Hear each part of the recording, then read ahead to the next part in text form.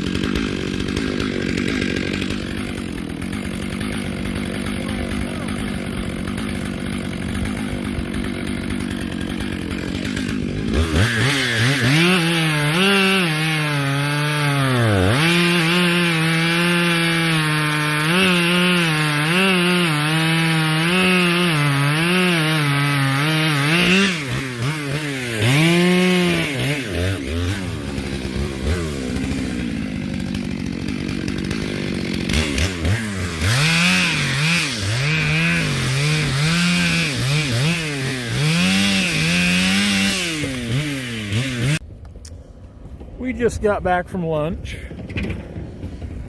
Comes Nathan in the 333. Dad went in for the day. His back's feeling better. I really don't want him to push things. That's why I just kind of had him marking trees today. It drives him crazy, kind of like it does me, which is probably where I get it if I'm not doing something. But so instead of him trying to cut logs and aggravate his back, it's nice for him just to mark trees. Now, what I'm having Nathan do here is he's yep,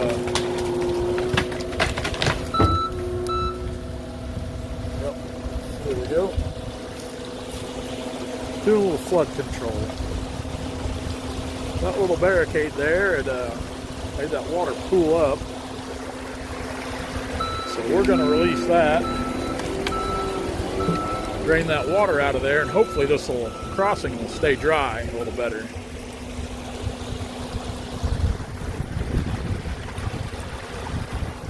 We probably need to call Truman Lake and let them know there's a barrage of water coming. Open the floodgates up down there to relieve some pressure. So this crossing's been here. It's not like we made it. Like I said, and you can see there's different things they put in here. I see some old asphalt. There's some gravel, just chunk rock. And it's pretty solid over there, but right in here you can see it's a loblolly. And all the trees I've got left to cut are on this side of the creek over here where we left off a bit ago. And I don't know if I can get my, I'll put it this way, I'm sure I can get my truck over there because gravity's going to help push me across.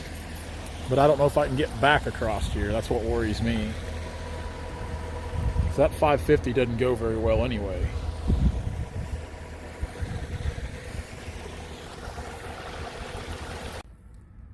Now, just a second ago, I set my saw down for a second on this log, and I heard a buzzing, a familiar buzzing, and I looked over and it was a couple bees. Well, after the incident in November of getting the daylight stung out of me, to put it lightly, I kind of take that sound serious anymore. And just a second ago, I seen another bee on this stump.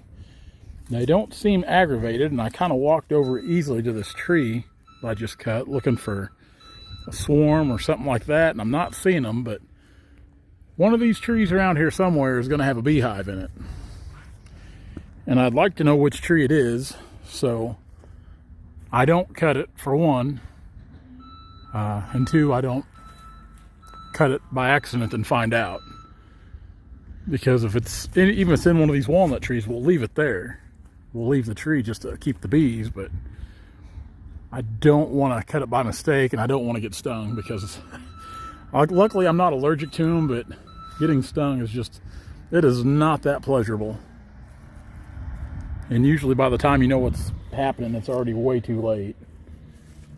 So I don't know where they're at. Like I said, there's a few of them around my saw. I'm sure that bright orange saw is attracting them. But I've been looking up and down these trees here, thinking I'll see them working, but I don't see anything yet. Here's honestly something we don't see too often, is a burl. This walnut tree's got a burl on the base of it. See how swollen everything is, the growth on it. It's not a real big burl, but it's a burl nonetheless. Honestly, we don't see too many burls on trees. Some of them get pretty good size. This one's, it's not super big, but it's still pretty good size burl. Just, they're kind of a cancer, I guess, a growth. Usually the wood's really sought after because it's got a lot of figure in it. Woodworkers, high-end guns, the gun stocks, that real figured wood, that's what they're after. We don't do anything with them. I don't really have an outlet for them, so we just leave them in the ground. We found our bee tree. See them working in and out of there. We're just going to leave them guys alone. That tree ain't worth cutting anyway. Looks like there might be a squirrel living in there too. Kind of amazes me that they kind of coexist or share an apartment, whatever you want to call what they do. I'm glad we know where that's at though. It makes me happy to see bees, at least for us. We don't see a lot of bees. And I have seen more bees over in this area along the Missouri-Kansas line. So we're in Kansas today. I've seen more bees over here in the last 6 months than I have seen in a long time. And just like that, if I know it's a bee tree, even though that tree's no good and I won't cut it anyway, but if it was a good tree, I still wouldn't cut it, just to try to help those bees along.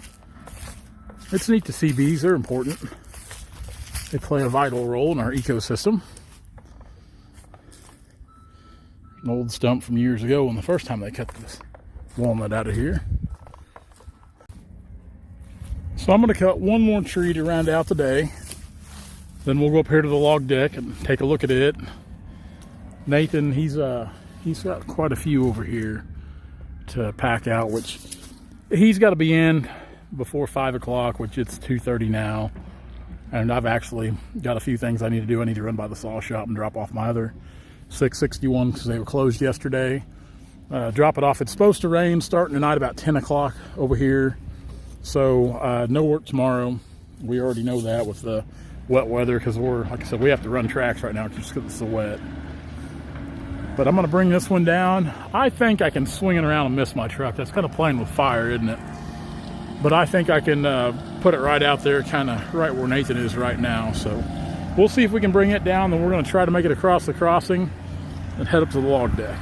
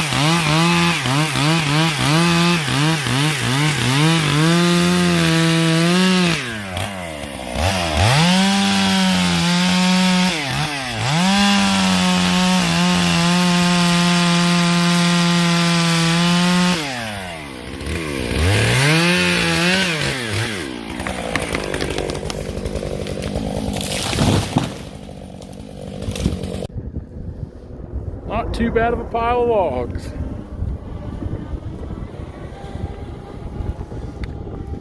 Wind's really picking up. I think the wind always blows out here. Nathan's going to go back and grab a couple more, then we're going to head in. I wanted to come up here and kind of get a good overview of what this looked like. Like I said, it's not even a full day, and I don't know how many trees behind Nathan is while I'm getting stuff out, but he's a little ways behind. But yeah, pretty good bunch of logs. Happy with that. Gosh, the wind. I don't know if you guys could even hear me. The wind's so strong.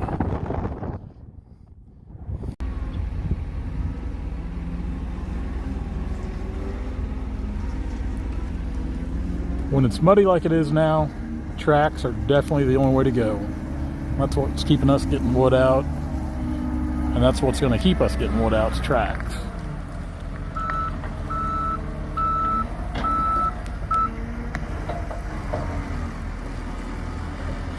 Hey guys, if you like what you see, be sure to like, comment, and subscribe to our channel for all of our latest videos.